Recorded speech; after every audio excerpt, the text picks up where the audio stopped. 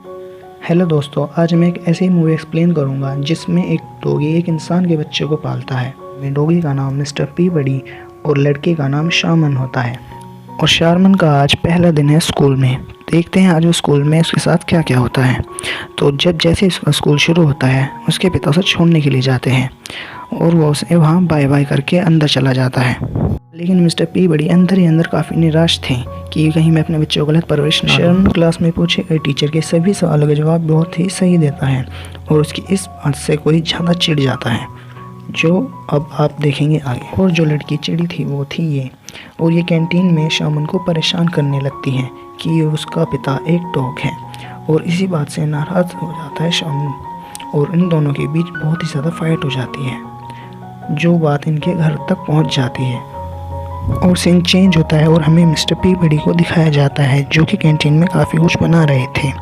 वो उनका बेटा उनसे पूछता है क्या खाने पर कोई आने वाला है। उसके पापा उसे नहीं बताते और कहते हैं वेट करो, और वो थोड़ी देर वेट करता है और तभी डोरबेल बजती है और जाकर वो शामन से कहता है जाओ जाकर गेट खोलो। और गेट पर कोई और नहीं, वही लड़की थी जिससे उसका झगड़ा हुआ था और उसकी फैमिली भी आई थी।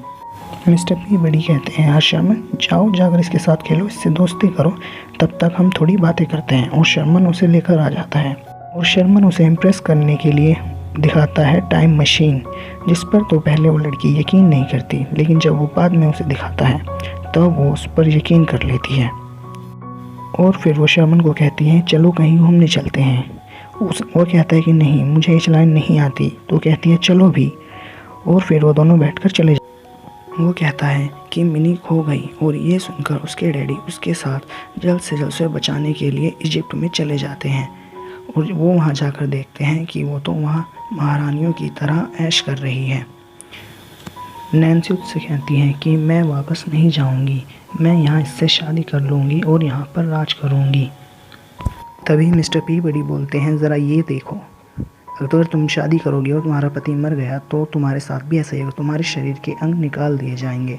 और ये सुनकर नैन्सी डर जाती है और शादी के लिए मना कर देती है, जिसके कारण मिस्टर पी बड़ी और शर्मन को नीचे कैद खाने में गिर दिया जाता है। पर मिस्टर पी बड़ी बहुत चालाकी से अपने इंटेलिजेंस का यूज़ करते हुए यहाँ की हर एक पहेलियों का पार करते हुए यहाँ से निकल जाते हैं और उस जगह पर पहुँचते हैं जहाँ पर नैन्सी की शादी होने वाली थी। वह नैन्सी की शादी के लिए उससे उसका खून लेने ही वाले थे कि तभी वहाँ मौजूद मूर्ति में से आग निकलने लगती है और वो मूर्ति उनसे कहती है अगर ये शादी हो गई तो ये पूरा राज्य तबाह हो जाएगा, यहाँ महामारी फैल जाएगी, जिस कारण सब बर्बाद हो जाएगा। लेकिन वास्तव में ये सब शर्मन और मिस्टर पी बड़ी मिलकर कर रहे थे, क्योंकि यहाँ के लोगों की गॉड में बहुत ज़्यादा आस्था होती थी, इसलिए वो इस चाल को कामयाब कर पाने में सफल हो जाते हैं।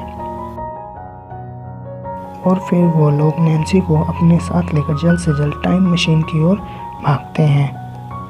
और टाइम मशीन काफ़ी ऊपर होने के कारण उन्हें थोड़ा संघर्ष भी करना पड़ता है, लेकिन फाइनली ये पहुंच जाते हैं और टाइम मशीन में बैठकर ये लोग इस दुनिया से चले जाते हैं। ये लोग पहुंच जाते हैं इटली लियोनार्डो डा विंची के पास, जो मोनालिसा की पेंटिंग बना रहे थे।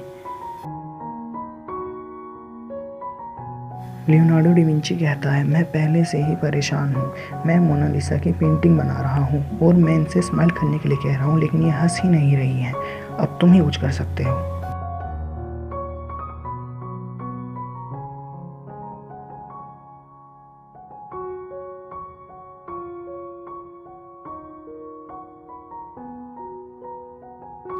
और जब तक मिस्टर ली बड़ी टाइम मशीन को ठीक कर रहे होते हैं तब तक शामिन और नैन्सी हवा में उड़ने लगते हैं।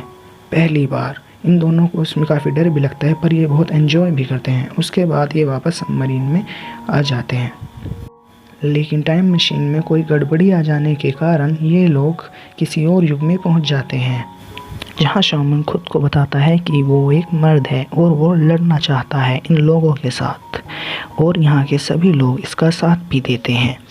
लेकिन इसका पिता मिस्टर ली बड़ी चाहते हैं कि नहीं, वो नहीं करेगा, वो अभी छोटा है। लेकिन वो मिस्टर ली बड़ी की बात नहीं मानता और फाइट के लिए तैयार हो जाता है और जब फाइट हो रही होती है मिस्टर ली बड़ी आकर उसे बचा लेते हैं, वरना वो मर भी सकता था। और अब मिस्टर ली बड़ी उसे बचाने के बाद कहते हैं चलो हमें यहाँ से जाना होगा। और वो तीनों वापस घर आ जाते हैं, लेकिन वो देखते हैं कि उनके आने जाने से स्पेस मेट में एक छेद हो गया है और उन्हें इस छेद को बंद करना ही होगा। और धीरे धीरे ये छेद और ज़्यादा बड़ा होता जा रहा था। तभी शॉमिन को एक आइडिया आता है कि हम टाइम मशीन को फ्यूचर में ले जाकर रोटेट करें तो एक और छेद बन सकता है और दोनों छेद आपस में टकराकर बंद हो जाएंगे या ब्लास्ट हो जाएंगे, जिससे कि सब कुछ नॉर्मल हो जाएगा। और शर्मन का प्लान यहाँ काम कर रहा था। धीरे धीरे देखते ही देखते सब कुछ नॉर्मल हो जाता है। और मूवी के लास्ट सीन में हमें दिखाया जाता है कि मिस्टर ली बड़ी अपने बेटे को छोड़ने के लिए स्कूल आए थे, लेकिन वह स्कूल में जाने से पहले अपने पिता को हग करता है और बोलता है I love you dad. Thanks for watching.